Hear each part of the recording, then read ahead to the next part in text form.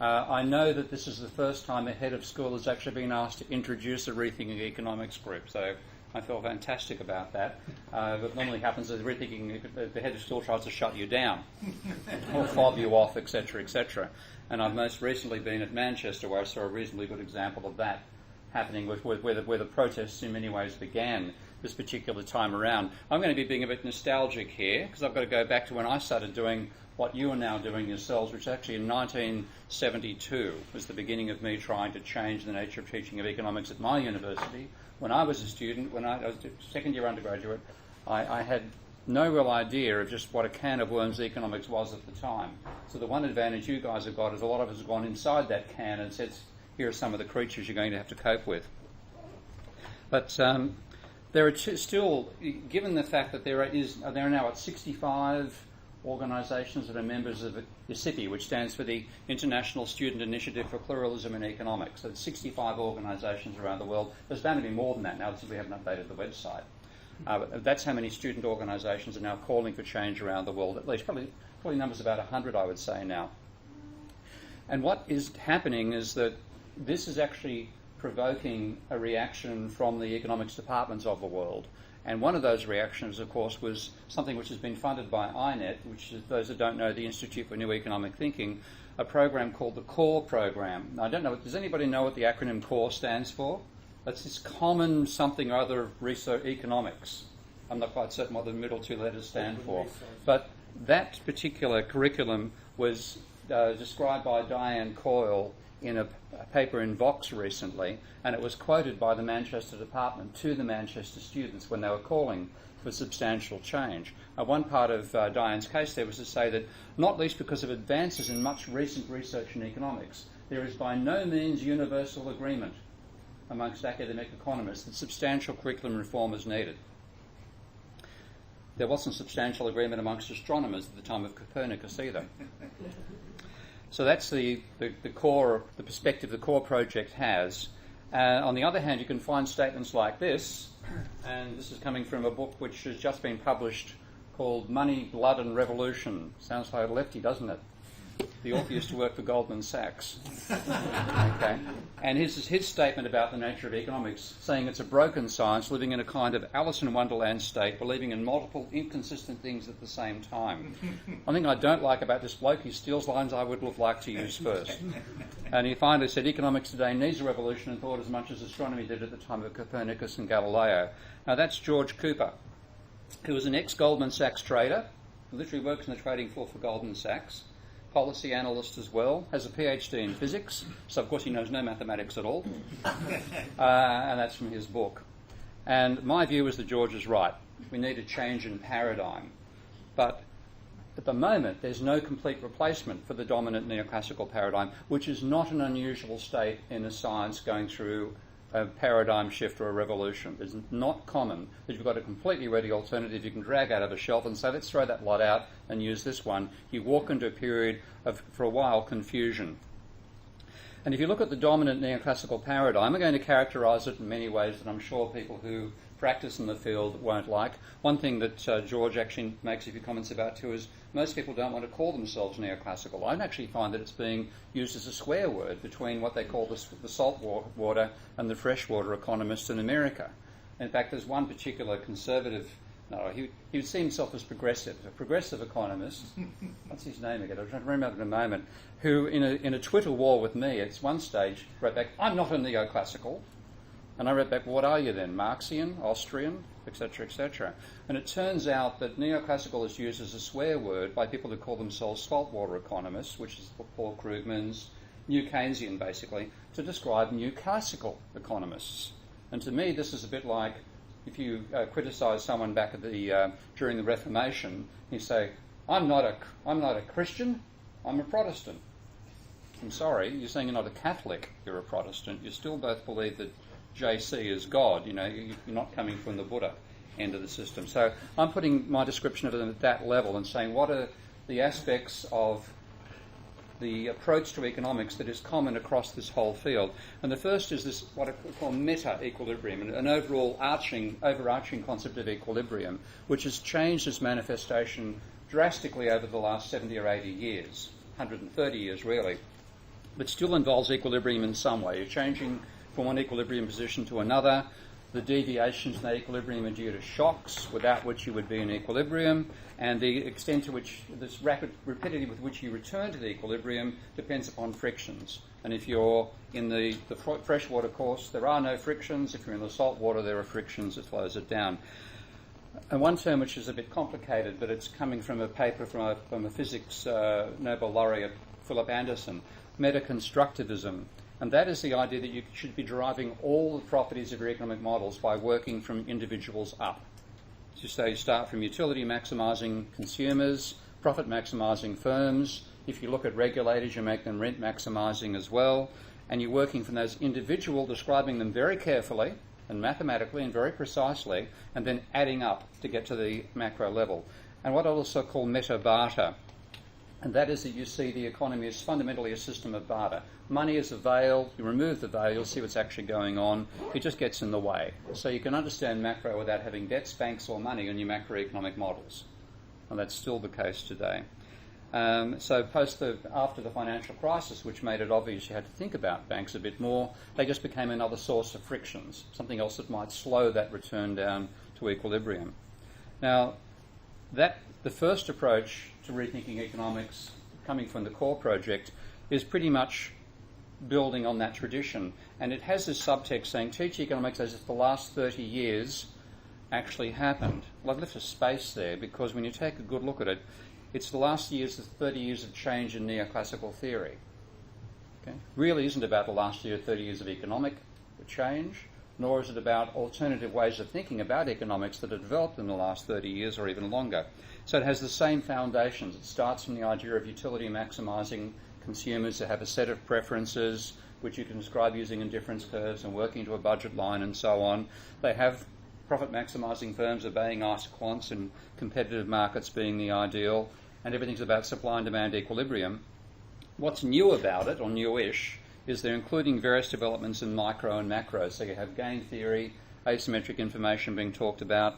The dominant model now is no longer the ISLM model that's taught to undergrads. It's what's called dynamic stochastic general equilibrium. So effectively what they're doing is teaching undergrads, or they've proposed to do with core, is teach undergrads a simplified version of what they teach PhD students. Whereas at the moment there is really, it must be said, quite a sudden shock when you go from what they teach you at undergrad to what they teach you in masters, even though you're being taught inside the same school of thought. Now the second approach, which is the one that George Cooper advocates, is that we need a revolution. We need a change in thought. And what you do in the meantime is you teach the existing schools of thought, and that includes neoclassical. I want to teach it and teach it well at Kingston. So teach the core beliefs, but also teach the flaws that are ignored in the mainstream textbooks and ignored in most mainstream subjects. And by and large, they will evolve around what you can call aggregation failures, where the idea of going from the individual to the collective simply fails at a particular point. So what effectively happens is the textbook waves a magic wand, your eyes are distracted by the magic wand, you read on to the next line, you've gone from individual to market without actually having an explanation how you made it there. The answer is the theory can't get there. So I want to talk about those flaws in teaching and also introduce other schools of thought. So obviously the post-Keynesian school, which is the largest other grouping apart from neoclassical, but Austrians as well. There's a lot to be said from the Austrian perspective, which is in many ways very similar to neoclassical by having a similar attitude to what value is, but very different by focusing upon uncertainty, lack of information, and prices as an information conveyor when nobody has a complete picture of the system.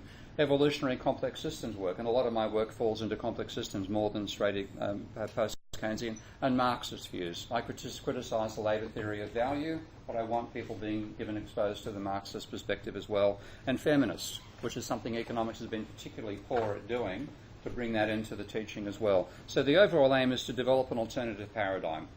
I'm not somebody who believes the neoclassical paradigm can be repaired. I think it's got to go. Okay, quite happy to say that. But we're not going to get there in a hurry. But what I want to get to ultimately is a non-equilibrium way of looking at the world, a world that talks about emergent properties rather than trying to reduce everything to the individual level, and sees capitalism as fundamentally monetary. So my little line about this, trying to analyse capitalism without banks, debt and money is trying to analyse birds while ignoring that they have wings. Good luck. Be an interesting theory. It won't explain why birds fly, but it'll be an interesting theory. And that's what I see about neoclassical economics. So the question is, why has this come up so strongly now? Because I began doing my little game on this in 1972, and I then realised I could trace the lineage of rebels and critics of economics back to Hobson, probably the first one, a book called Confessions of an Economic Heretic, written in the 19th century. And you can find Marx as a critic at that same time, and Veblen and so on. So why now? Well, this is the reason. This is the S&P 500. The red line is the number they quote in the newspapers. The blue line is adjusting it for inflation since 1990. And you can see that this is looking more like a seismograph than it is a stock market. Okay? But the crisis, well and truly, they'll date the crisis from August 9, 2007, because that's the day the Banque Nationale de Paris, BNP, closed 3 of the funds it had, which were exposed to the subprime market, because they said they simply couldn't value them anymore. And you can see how rapidly the stock market reacted to that particular crisis. And of course, the most important part of it is what happened to unemployment. This is a plot of unemployment in America, UK, and Spain. And of course, Spain is the absolute travesty that's been caused by the euro as well as caused by the financial crisis itself.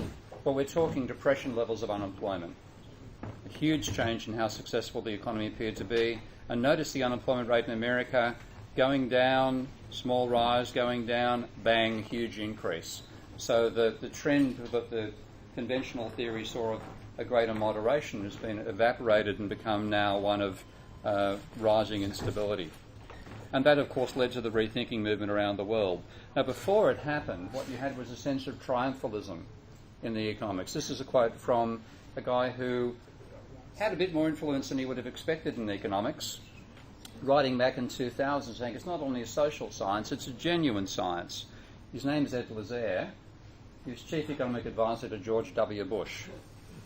So he actually wore the consequences of being in charge of George's economic advice when the crisis began in 2008, 2007, 2008. Now, I find this one of the most remarkably badly timed papers in the history of economics, and that is a hell of an achievement. I think the person who wrote it has become much, much more modest over time, much more realistic. But this is written in 2008. August 2008. And it's not that it was published in a journal in 2008, which would excuse the timing. It was published as a working paper by the academic on August 17, I think it was, 2008, 1 year after the crisis began. So he's talking about the field of macro and saying it looked like a battlefield. But because facts don't collide, there's now a shared vision of fluctuations and methodology.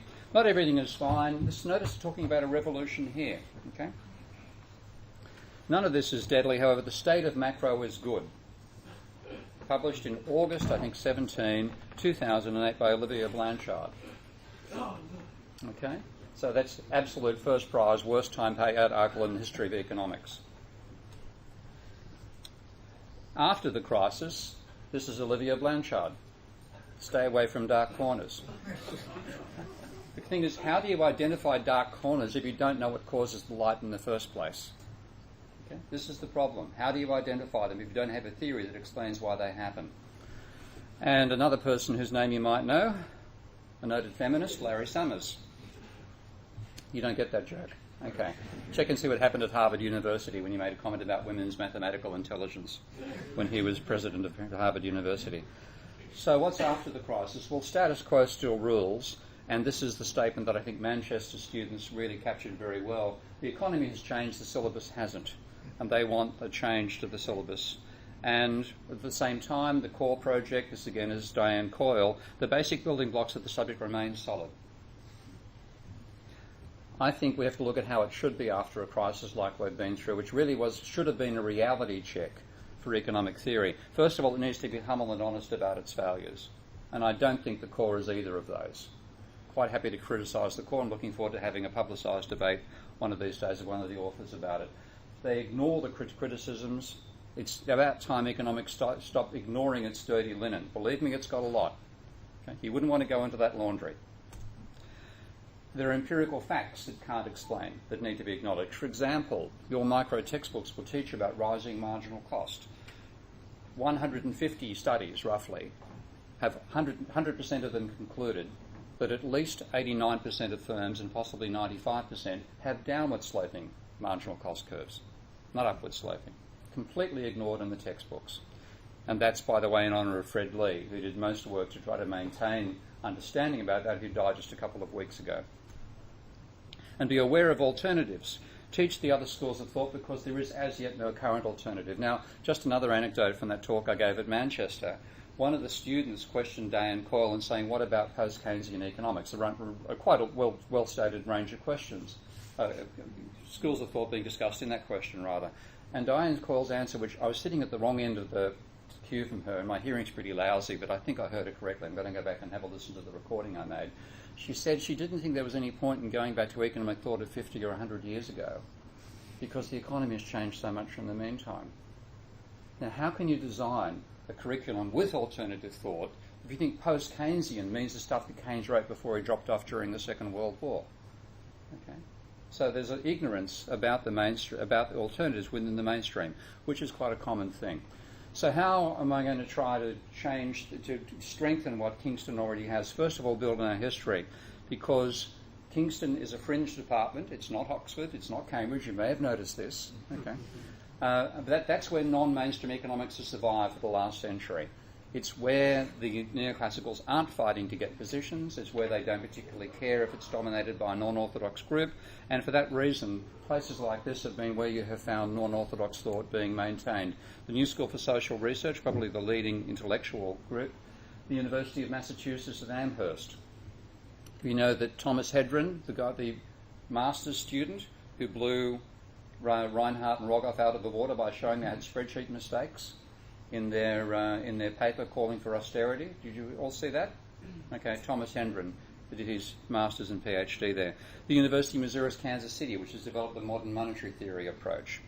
And Sydney University Political Economy, which I helped bring about, and I did my undergrad before the department split. And Kingston. Well, I've actually relied a bit on one of the members, Paul Auerbach over here, who's got history that goes back to actually when I was a student radical. He was starting his first postdoctoral teaching position here. And that's a list of the names of people who've been non-orthodox economists, up to and of course including the present. Where's Engelbert? Okay, just over here. So a range of thinkers who've pushed non-orthodox thought, alternatives, has been part of Kingston's history.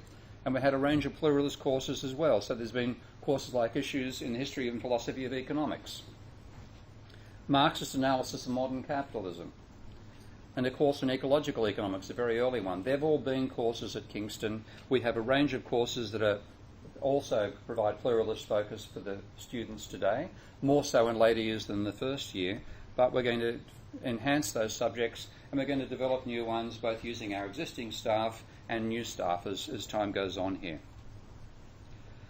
And we're going to recognise our audience too. I don't know how many first-year students here? Okay, good. Okay. We tend to be two large groups amongst first-year students, and I realised this when I was going through myself. There's a lot of them who just want a job in finance or business. Hands up those who want a job in finance or business. Good. Okay. Nothing wrong with that. To the vast majority, and if economics didn't provide some sensible reason you could actually be practically useful, it'd be a deadly discipline. Got some good news for you. People like George Cooper say you're better off learning non-orthodox stuff than mainstream. So the main reason an economics degree matters to people in business is it shows you've got an analytic bent and maybe you can handle some maths and stats. Okay? But they need to unteach you a large part of what you've learnt. So if you come along learning alternatives, you don't need as much unteaching. So you're more trainable by business than people who don't have the exposure to a different range of economics. So but anyway, looking at the majority of first-year students, they come just wanting to learn economics, which they think is like learning engineering or learning law. They don't realise there are disputes about the very nature of economics within economics.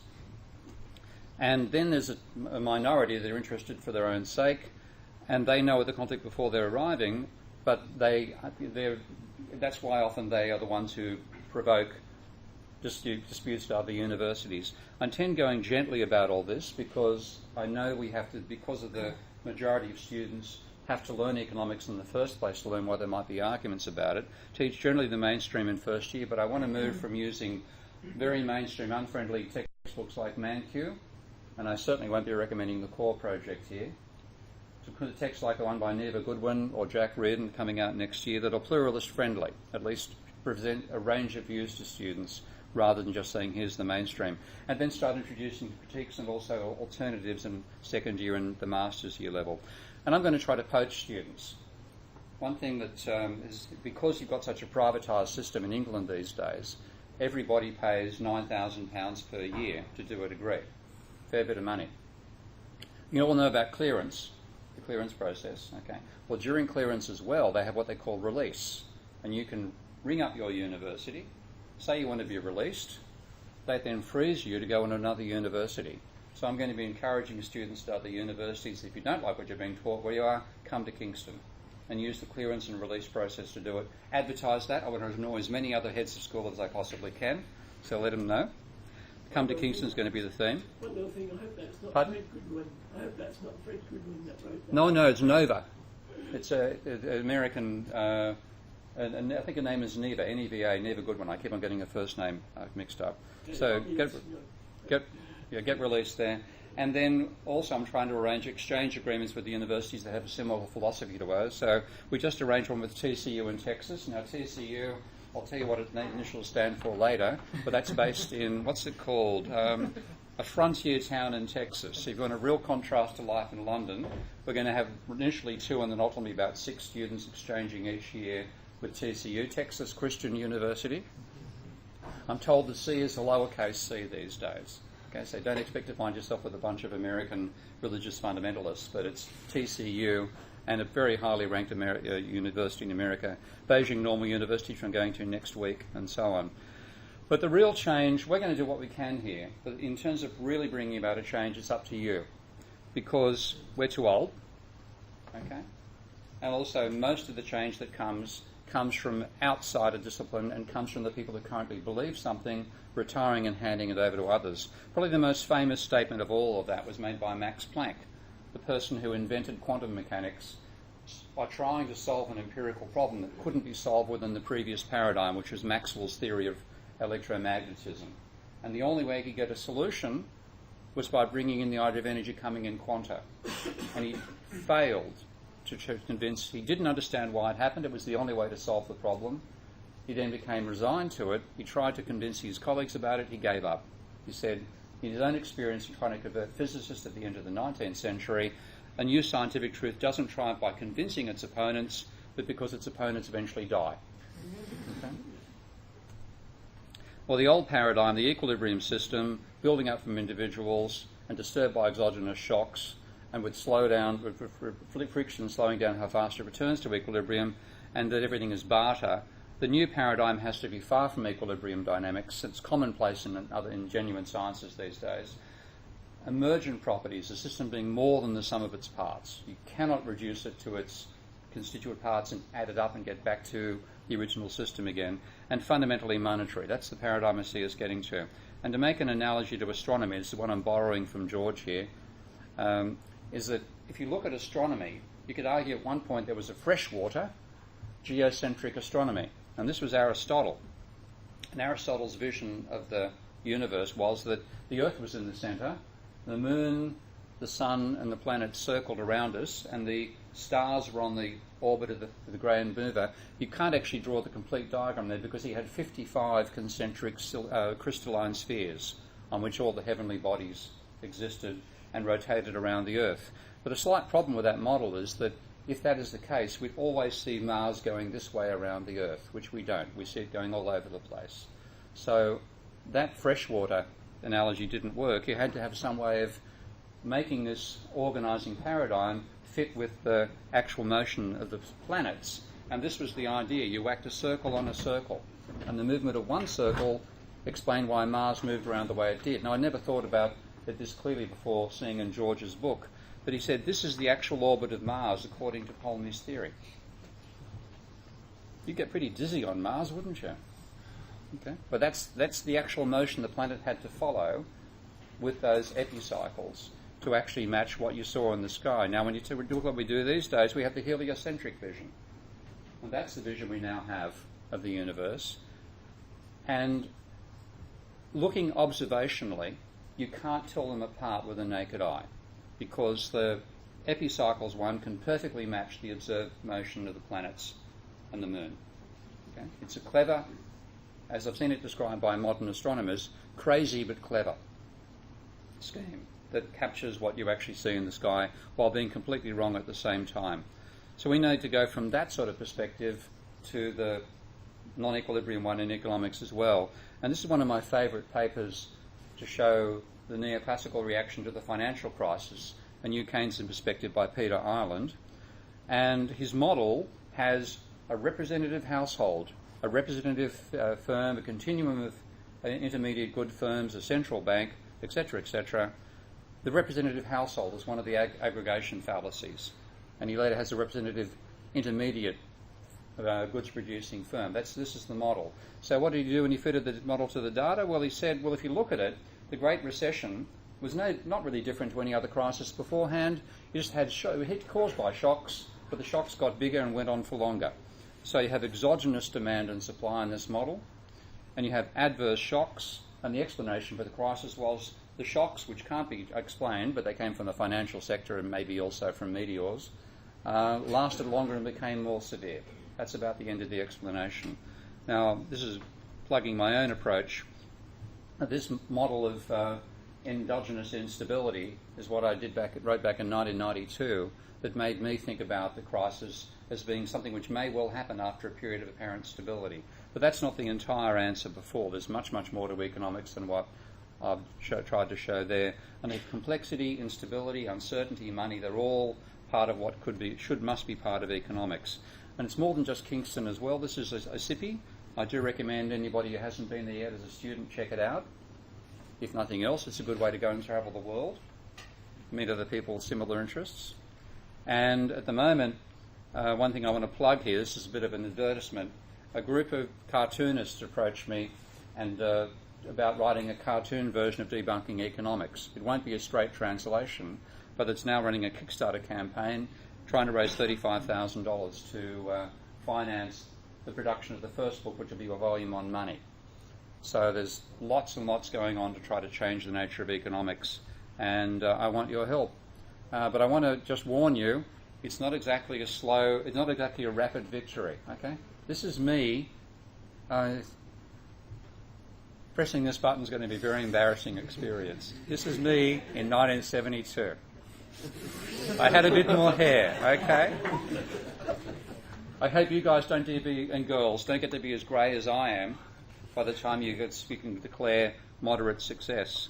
And we had posters like this back then. This was actually cut. I've forgotten the actual stuff we had to cut into to do this. You had to cut into a layer of stuff and put it on a Stetner and print the stuff out. Notice all the letters where they've got bits to them. There are little gaps there, because if you didn't do that, the stencil would fall apart. Not quite the same as the internet. And just a few more little pieces. We got a fair bit of press coverage. This is the Sydney Morning Herald at the time, talking about the war of the economists. This is Frank Still, who's been head of department for a long time, and Ted Wheelwright, who was a major intellectual bastion. Gilliam Simpson Lee, who was a professor inside the economics department who supported the students. Interestingly enough, this is Warren Hogan, and I fought with Warren tooth and nail in my student days. We became friends by accident a couple of years later, and in his later years he became himself a critic of the mainstream. And he was never given emeritus professorship position at Sydney University because the conservative staff he appointed wouldn't give him an emeritus position as professor. Intriguing. But in the end, Warren and I ended up on the same side of economics. Quite unexpected. And a little poster from the 1970s showing the press coverage we had and all that sort of jazz. So you guys are walking into a grand tradition, a very important one, and I wish you the greatest success. Thank you.